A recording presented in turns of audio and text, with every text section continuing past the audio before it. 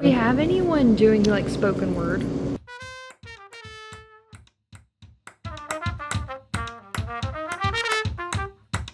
I was tempted to tell you that your reading kind of slashed and unsettled me in a manner that I appreciate. Except, what the fuck does that even mean? It's not that I masochistically long to be ecstatically destroyed by art. I mean, I do, but that's not what I'm talking about. I'm talking about the sort of unsettlement that maintains the pilot light of my painterly integrity. Except, what the fuck does that even mean?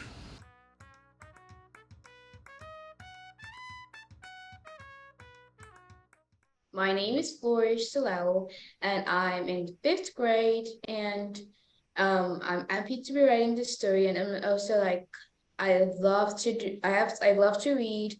I love to do something that's like it's gonna make me happy. And especially, I love to paint, especially the sunset or the beach. And I go to Wilson Elementary School in Montgomery, Alabama. And yeah. My name is Victoria Salau Oluwadun Simon. I'm going to third grade, and I love to be outdoors. And my favorite thing is reading. And I go to I go to Forest Avenue Academic Magnet School, and I'm really happy to write this story. Busy independent woman just doing your thing. Okay, I think I get it. Okay, Flourish. So, can you just tell me what the story is about, Flourish? Okay, so the story is about a girl, and her name is Jessica. I mean Jessie, Yes. and Jessie, and her nickname is Jess. And she have two friends, Jenny and Jessica, and they also and they do ballet. They do other stuff like cupcake. Like they really have a busy schedule, and also a mom just got a new job, so and that job is really busy. So she really want to spend time with her family, but yeah, but like it's hard for her to spend time with the family because everyone is busy. Okay, so it's called the traffic because our day is really busy. So we just put like a train, like traffic is the end of the train, and like everywhere is just so busy. Mm. So we're still in chapter 1. So I'm just gonna read a little of it, like little by little, skipping. I'm more than happy today is Saturday, said just offering our alarm clock, even if I have a lot of things on my schedule list. So after she talks and talks, she prays. Breakfast is ready, said her mom, and so she asks her brother, her twin brother Ben, where are you going this early morning? He said, I got to go to the library to prepare for the test. And he said that I know you're busy, so I'm going to bring some books for you. So our little sister Faith said, can you help me brush her hair? So she asked, why do you want me to brush your hair? Where are you going? She said she wanna go to her mom is taking her to the park because like she has been busy all this time. You guys have gone quite far. It's like 38 So pages. we're in 17 pages and we're still just in the first chapter. Wow, that's So really this nice. is the We're part almost done. we We're bring. almost done, Joe. We're almost done with This the is first chapter.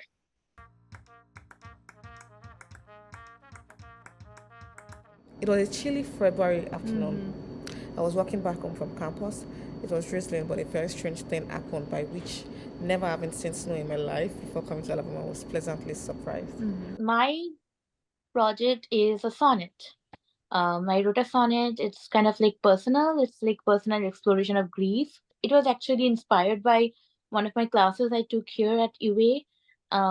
It was like sonnet, one of the classes that studied sonnets. So, like Milton and um,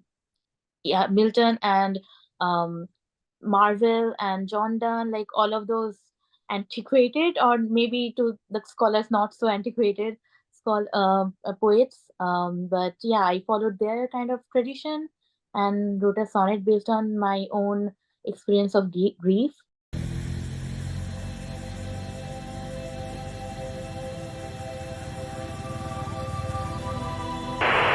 The sky is alight tonight. As I dream of 1,000 boughs endowed with countless leaves falling one by one, grieving a gleam. I fear the dear tree will bear a home lifeless for me, a hollow, cold, lonesome cradle. I grieve twice for each death, make with each bowl 2 caskets. The full moon amuse chuckles. You, dear, no grief too little as you plow through your minuscule miseries, while I, a lone herb, bound in an eternal loop, watch humans fill the earth like blue sky sprites, yearning despite death to be one of you. But like rain turns into snow, life knows no death, while the cycle of time carries on in stealth.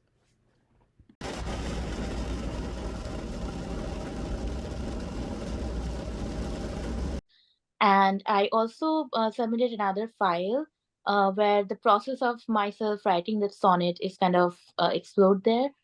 So it's basically like that, like 14 lines about grief, 3 movements, and the whole process is there. The raindrops were turning into snow just before reaching my open palm. This image stayed with me, and that night, when I sat down to conceptualize the sonnet that I was going to write, this image quite serendipitously fit into the sonnet's metaphorical structure.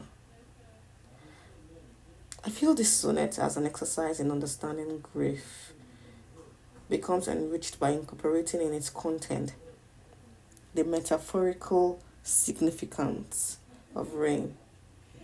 Rain as tears, transforming into snow. Snow as wisdom that comes from a higher understanding of death. This, therefore, is my attempt at transforming my own grief into poetry.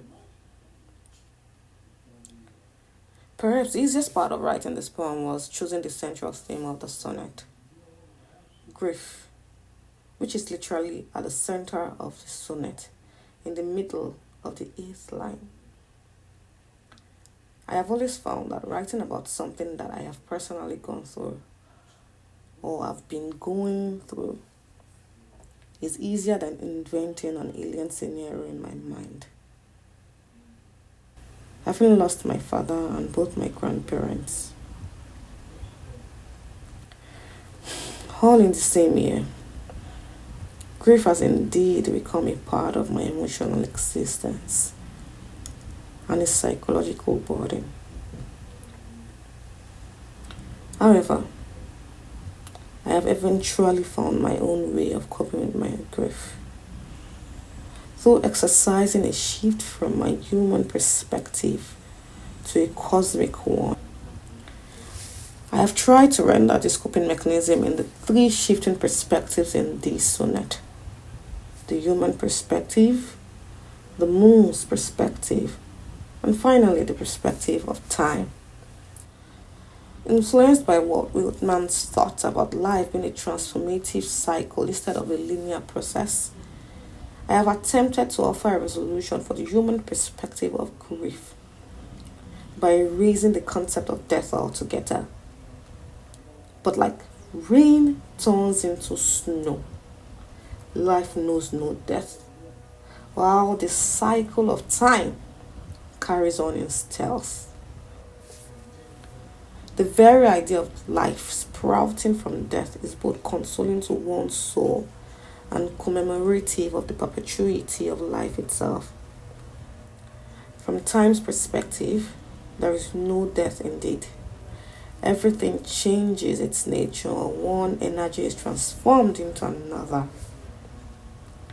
It's almost exactly like what I experienced on that afternoon. Rain transforming into snow, not vanishing into nothingness. Interestingly, snow itself is in literal and literary concept becomes a symbol for death in many poetic and narrative works. But snow in this context is symbolic of the next state of existence beyond the perceivable physical human life. Thus, like with man, I have also tried to subvert the symbolic tradition of death in poetry by redefining the significance of snow.